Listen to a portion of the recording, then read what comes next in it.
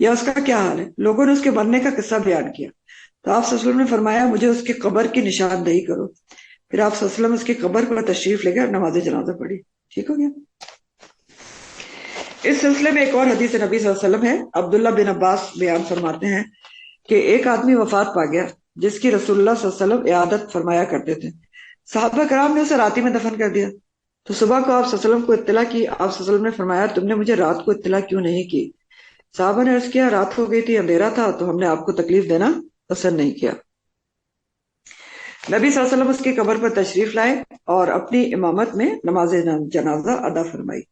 ہم نے ان کے پیچھے صفیں باندھی، میں بھی موجود تھا. یہ ابو ہریرہ کہتے ہیں کہ میں بھی موجود تھا. تو نبی کریم صلی اللہ علیہ وسلم نے ہم نے ان کے پیچھے صفیں باندھی، میں بھی موجود تھا. نبی صلی اللہ علیہ وسلم نے 4 تکبیریں کہیں. 4 تکبیریں نماز جنازہ میں ہوتی ہیں، ٹھیک ہے، اور کھڑے ہو کے پڑھی جاتی ہیں. غائبانہ نماز جنازہ، ایسا غیر مسلم علاقہ جہاں کوئی مسلمان وفات پا جائے اور اس کی نماز جنازہ ادا کرنے والا کوئی نہ ہو. اس صورت میں کسی اور اسلامی ریاست میں چند مسلمان اس کی نماز جنازہ، غائبانہ نماز جنازہ پڑھ سکتے ہیں. یہ کسی کا مائک آن ہے. عائشہ مائکس دیکھیں، پہلے ہی اتنی مشکلات ہوئی ہیں آج اوپر سے. تو اگر کسی غیر مسلم علاقے میں کوئی مسلمان وفات پا گیا ہے تو آپ کو پتہ چلا کہ اس کی نماز جنازہ ادا نہیں کی گئی، تو اس صورت میں کیا کریں؟ کسی اسلامی ملک میں یعنی جیسے پاکستان میں آپ اس کی نماز جنازہ غائبانہ طور پہ ادا کر سکتے ہیں. جس طرح کہ رسول اللہ صلی اللہ علیہ وسلم نے صحابہ کرام کے ساتھ حبشہ کے بادشاہ نجاشی کی غائبانہ نماز جنازہ پڑھائی تھی. سیدنا ابو ہریرہ رضی اللہ تعالیٰ عنہ سے روایت ہے کہ نبی کریم صلی اللہ علیہ وسلم نے لوگوں کو نجاشی کی موت کی خبر دی، اسی روز پہنچا دی تھی جس روز اس کی وفات ہوئی تھی. اب نجاشی جو ہے وہ حبشہ میں ان کا انتقال ہوا تھا. نبی کریم صلی اللہ علیہ وسلم سے تو ان کی ملاقات بھی نہیں ہوئی تھی، لیکن آپ کو بذریعہ وہی بتایا گیا تھا کہ ان کی وفات ہو گئی. تو آپ نے ایمان لے آیا تھا نا نجاشی، تو آپ نے صحابہ کو اسی روز بتایا کہ ان کی وفات ہو گئی ہے. اور نبی کریم صلی اللہ علیہ وسلم نے صحابہ کرام کے ساتھ جنازہ گاہ تشریف لے گئے، ان کی صف بنائی اور 4 تکبیریں کہہ کے نماز جنازہ پڑھائی. تو یہ کیا تھی؟ غائبانہ نماز جنازہ تھی. نماز جنازہ سے اجتناب، حدیث کے مطابق جن کی نماز جنازہ نبی کریم صلی اللہ علیہ وسلم نے پڑھنے سے اعراض فرمایا ان میں مندرجہ ذیل لوگ شامل ہیں. نمبر 1 مقروض، حتیٰ کہ اس کا قرض کوئی ادا کر دے، ابھی آگے آ جائے گا. نمبر 2 خودکشی کرنے والا، اس کی بھی آپ نے نماز جنازہ پڑھنے سے اعراض کیا کیونکہ خودکشی حرام ہے. نمبر 3 زانی، حتیٰ کہ سچی توبہ کر کے اپنی جان اللہ کے قانون کے مطابق حد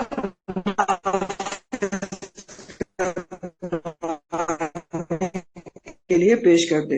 یعنی زانی اگر تو یا پھر حد جاری نہیں کرواتا تو اس کی نماز جنازہ نہیں پڑھائی. ایک قبیلہ جوہینہ کی ایک عورت رسول اللہ صلی اللہ علیہ وسلم کی خدمت اقدس میں حاضر ہوئی جو کہ زنا کی وجہ سے حاملہ تھی. اس نے درخواست کی، یا رسول اللہ صلی اللہ علیہ وسلم مجھ سے ایسا قصور ہو گیا ہے جس کی وجہ سے مجھ پر حد لگتی ہے، لہٰذا آپ نافذ فرما دیں. اب اس کی بھی ہمت اور اس کے ایمان کا لیول دیکھیں نا، وہ پتہ تھوڑی تھا کسی کو کہ اس نے زنا کیا، لیکن وہ وہاں پر اپنے آپ کو بچانا چاہتی تھی تو اس نے ایکسپٹ کیا.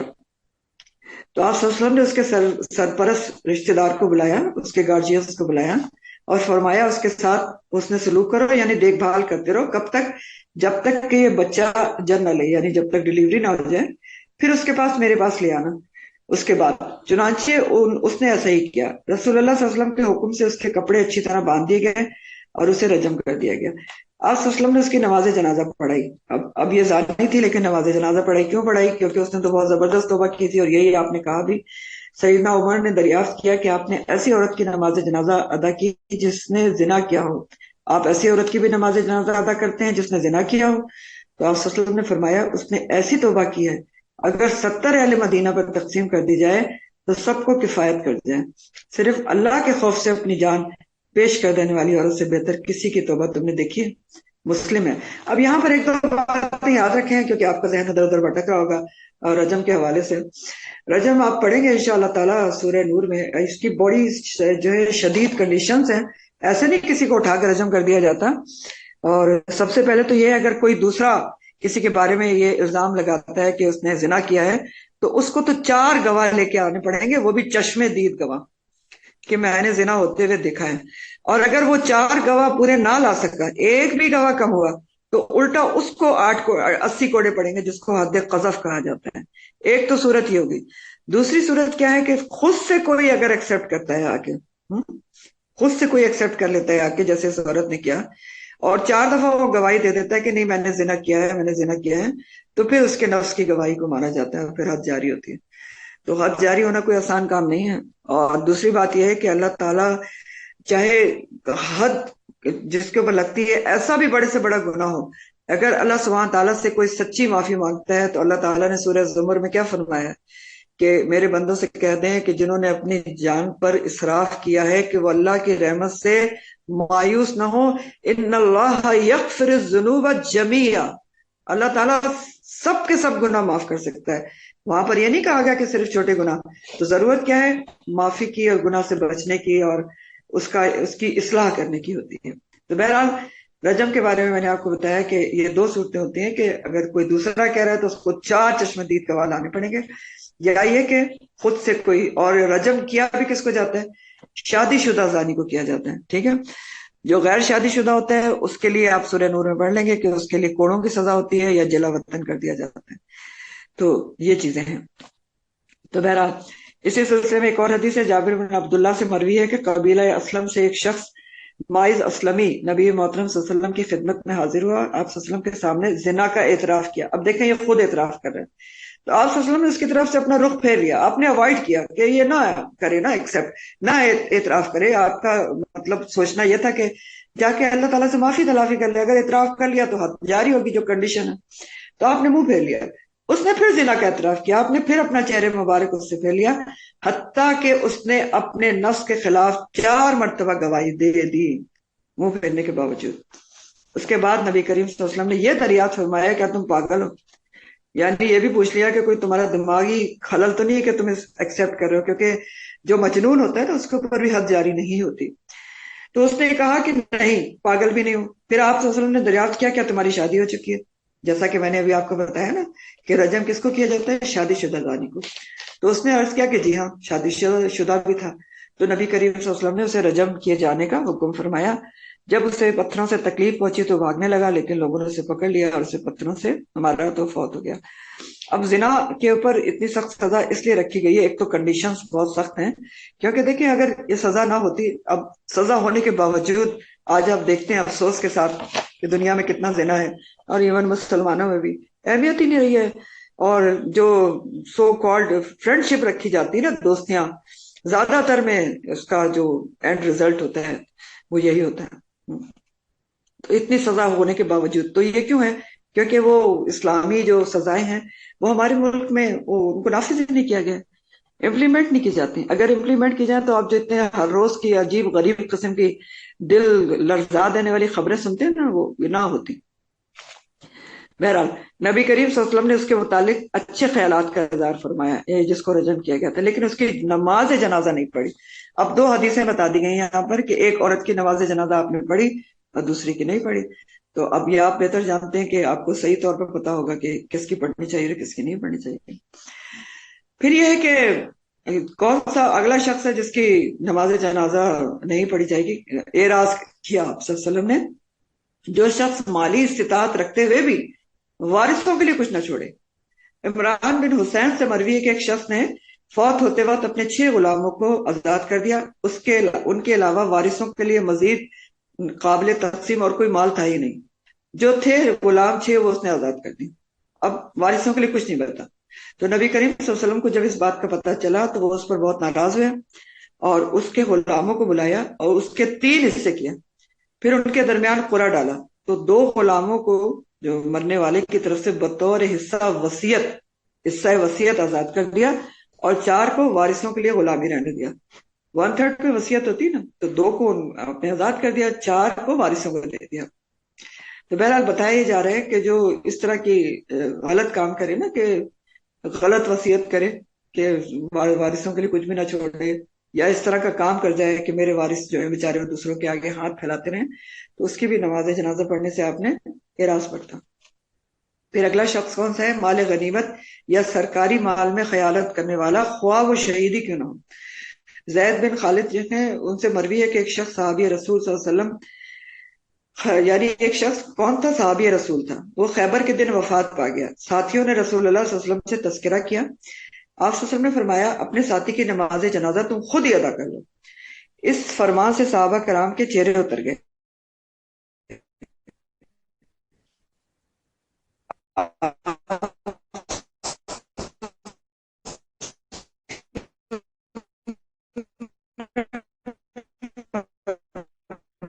آواز نہیں آ رہی۔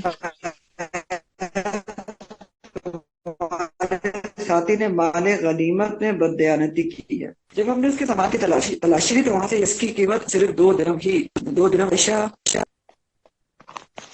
اب آ رہی ہے میم، وہ تھوڑی دیر کے لیے ہو جاتی ہے۔ ایسا Fair enough۔ کہ ہاں ایک یہ بس تھوڑا سا اگلا پیراگراف پڑھ کے یہاں پر ہم ختم کر دیتے ہیں، ویسے بھی ختم ہی ہو رہا ہے۔ ٹھیک ہو گیا؟ ابھی آ رہی ہے نا آپ لوگوں کو بس؟ جی جی جی آواز؟ جی آ رہی آ رہی۔ اچھا چلے، بس یہ تھوڑا سا رہ گیا 1-2 منٹ کا، تو ہم اس کو ختم کرتے ہیں۔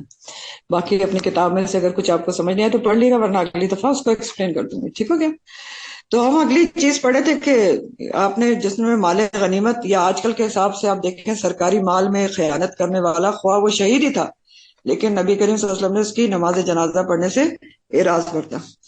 پھر اللہ کی، انہوں نے ایکسپلین کیا کہ اللہ کی راہ میں جان کی بازی لگا دینا اگرچہ بڑی سعادت کی بات ہے، مگر مال غنیمت کی چوری یا قرض وغیرہ کے معاملے میں شہادت کا رتبہ پانے والے کو بھی کوئی رعایت نہیں دی گئی۔ اس کے علاوہ اللہ تعالیٰ نے نبی کریم صلی اللہ علیہ وسلم کو فاسق و فاجر اور منافقین کی نماز جنازہ کے لیے فرما دیا تھا۔ سورہ توبہ کی آیت لکھی ہوئی ہے، وَلَا تُصَلِّ عَلَىٰ أَحَدٍ مِّنْهُمْ مَاتَ أَبَدًا وَلَا تَقُمْ عَلَىٰ قَبْرِهِ إِنَّهُمْ كَفَرُوا بِاللَّهِ وَرَسُولِهِ وَمَاتُوا وَهُمْ فَاسِقُونَ۔ اور آئندہ منافقین میں سے جو مرے اس کی نماز جنازہ میں تم ہرگز نہ پڑھنا، اور نہ کبھی اس کی قبر پہ کھڑے ہونا، کیونکہ انہوں نے اللہ اور اس کے رسول کے ساتھ کفر کیا ہے اور وہ مرے ہیں اس حال میں کہ وہ فاسق تھے۔ ٹھیک ہو گیا؟ ابو قتادہ بیان کرتے ہیں کہ جب رسول اللہ صلی اللہ علیہ وسلم نے کسی کی نماز جنازہ ادا کرنے کی درخواست کی جاتی، جب نبی کریم صلی اللہ علیہ وسلم سے کسی کی نماز جنازہ ادا کرنے کی درخواست کی جاتی تو آپ صلی اللہ علیہ وسلم اس کے بارے میں لوگوں کی بھی رائے دریافت فرما لیتے۔ اگر اس کے متعلق اچھی رائے نہ ہوتی تو اس کے اہل خانہ سے فرماتے تم خود ہی اس کی نماز جنازہ پڑھ لو، اور آپ صلی اللہ علیہ وسلم نماز جنازہ ادا نہ کراتے۔ تو خلاصہ انہوں نے یہ لکھا ہے کہ ایسا مسلمان جو بظاہر کھلم کھلا حرام کاموں اور گناہ کبیرہ جیسے چیزوں میں ملوث نظر آتے ہیں، اور نماز روزہ اور دیگر فرائض بھی چھوڑ بیٹھے ہوں، ان کی نماز جنازہ میں علماء، مشائخ اور متقی پرہیزگار لوگوں کو شریک نہیں ہونا چاہیے۔ کیوں؟ تاکہ بطور تنبیہ اور سرزنش دوسروں کو نصیحت ہو۔ سمجھ آ گئی بات کی؟ یعنی جو کھلم کھلا فاسق اور فاجر ہے، آپ کو پتہ ہے کھلم کھلا گناہ کے کاموں میں انوالوڈ ہے، کبیرہ گناہ کے کام کر رہا ہے، تو پھر اس میں علماء کو، میرے اور آپ کے لیے نہیں کہا جا رہا ہے، علماء اور مشائخ اور متقی جو پرہیزگار لوگ ہوتے ہیں جانے پہچانے، ان کو شریک نہیں ہونا چاہیے، کیونکہ وارننگ کے لیے کہ جو باقی لوگ زندہ ہیں ان کو وارننگ ہو کہ دیکھیں اگر ہم نے اپنے اعمال نہیں سدھارے تو ہمارے نماز جنازہ میں نیک لوگ شریک تک بھی نہیں ہو سکتے۔ تو آخر دعوانا الحمدللہ رب العالمین، سبحانک اللہم و بحمدک، نشہد ان لا الہ الا انت، نستغفرک و نتوب الیک، ربنا تقبل منا انک انت السمیع العلیم وتب علینا انک انت التواب الرحیم، آمین یا رب العالمین۔ السلام علیکم ورحمۃ اللہ وبرکاتہ۔ جزاکم اللہ خیرن کثیر۔ کافی انٹرپشن تھی، یہ بھی اللہ کی آزمائش تھی، لیکن آپ نے ثابت قدمی دکھائی، اللہ آپ کو اجر عظیم دے۔ جزاک اللہ خیر۔ السلام علیکم ورحمۃ اللہ جزاک اللہ۔ وبرکاتہ۔